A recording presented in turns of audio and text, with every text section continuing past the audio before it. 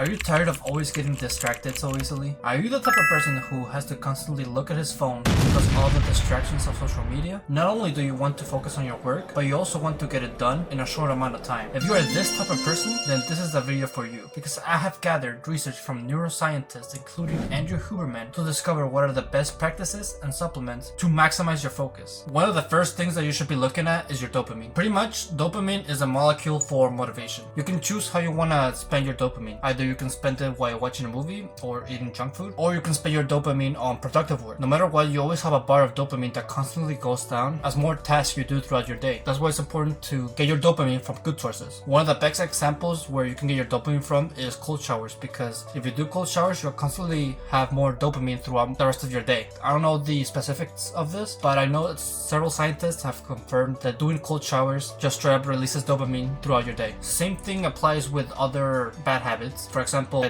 due to the fact that you hold your semen, that naturally is going to release your testosterone. I'm pretty sure testosterone and dopamine are linked in one way or another. Same thing goes with ejaculation. If you ejaculate, you're going to be releasing massive amounts of dopamine. And if you know anything about dopamine, it's the fact that once you hit a spike in dopamine, it's going to go below baseline, meaning that your dopamine that you're experiencing on a regular basis is going to be much lower. That's why you have to avoid massive spikes. Most people nowadays also get their dopamine from social media. Now, there's different ways in which you can improve this habit. You can get rid of it entirely, or you can just minimize it. So either you can get rid of social media entirely, or you can simply just turn on do not disturb and airplane mode. I highly suggest you turn on airplane mode as well, because if you're just like me, you also have a tendency to keep looking at your phone, and then even though do not disturb is on, you still have notifications pop out. Even though it doesn't ring, like it's still there. So that's why you also have to turn on airplane mode, that way it doesn't pop up. Now, one of the biggest ways in which you can improve your focus is through high quality sleep. I won't get into it too much in this video, but to give you the brass tacks, simply increase your bedtime. Let's say you want to wake up at 6 and you go to sleep at 10. In order to get the full 8 hours, you're gonna have to sleep at 8, because the time you spent in bed doesn't correlate to how much you're gonna be sleeping overall. Most people, it takes them like 20 minutes between an hour to fully go to sleep. So if you really have good sleep,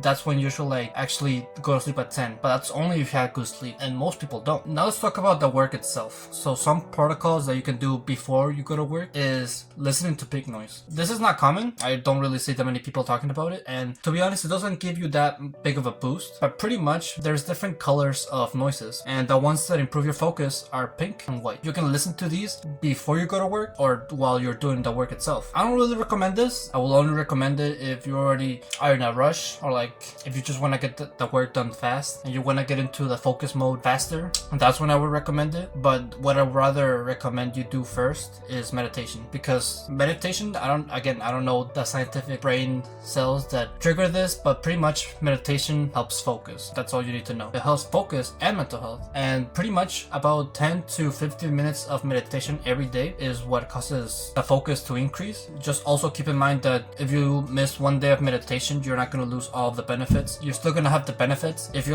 stop meditating for about a month, then yeah, you're probably going to see a decline in your focus. But if you keep meditating every day, at least a couple days a week, that should be enough to increase your focus. Also, plan ahead before going into deep work. This means that you should take note of your distractions and how much time you're going to spend working on it. Now, something that Andrew Huberman mentioned, and I thought it was a little weird, but surprisingly enough, it does help, is the fact that if you look at a wall for 30 seconds, just straight up just look at a specific place at a wall, it'll somehow improve your focus. I've tried this myself, and it surprisingly works. It's especially helpful before doing it, and it's surprisingly hard too. We are very active beings, and whenever we try to stand still while looking at something, it's really hard because we're used to being so active all the time. But doing this protocol before work will increase your focus. Now let's talk about what you should be doing during the work itself. Now, most work periods, if you're a beginner, last about 90 minutes. You can increase this, however, if you just simply practice focus work for 90 minutes every day. I'm pretty sure Andrew Huberman said that you could get it up to 2 to 3 hours if you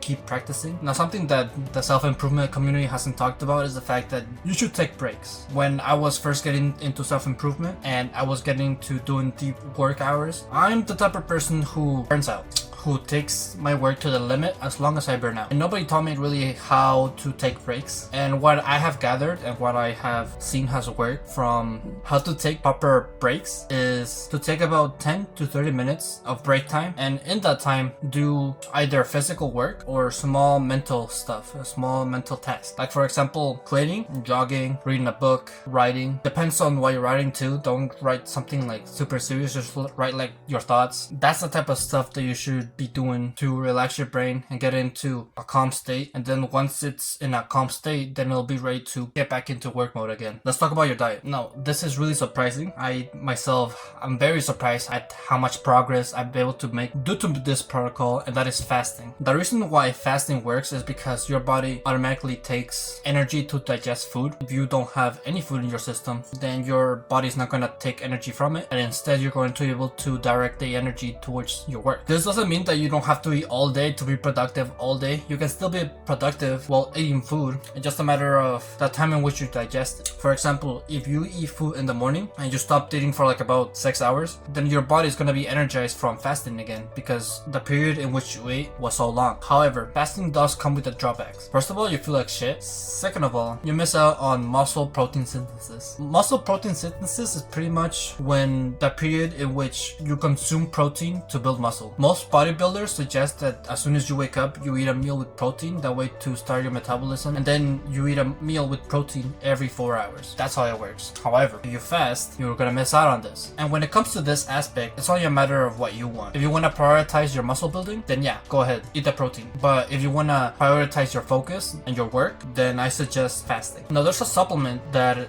everybody is using, and I feel like most people should take it with more caution, and that is caffeine. The reason for this is because most people mistime their caffeine use, or they consume too much. What most scientists have proven and have shown the correct way in which your body is being energized by caffeine is by taking like about 100 milligrams to 400 milligrams and consume caffeine after 90 minutes of waking. It's pretty straightforward, but most people are impatient. They just want to get that high hit of energy right away. And also keep in mind that caffeine releases dopamine. So that's why when you mix work hours with caffeine, it kind of makes it super easy. You're forcing your body to like the work. Another obvious factor that I just wanted to throw out is like, this should be obvious to everybody, but again, people don't realize, people don't do it, is the fact that sugar decreases your focus, takes away your focus, it makes you more sleepy, it takes energy. So yeah, reduce your sugar intake and consume more protein. We all know that protein is good for you. Some other supplements that could massively help your focus is omega-3s and EPA, both of which are in fish oils. So that's why the two supplements that I recommend the most to everybody is fish oils and creatine. Creatine is not only essential for muscle growth because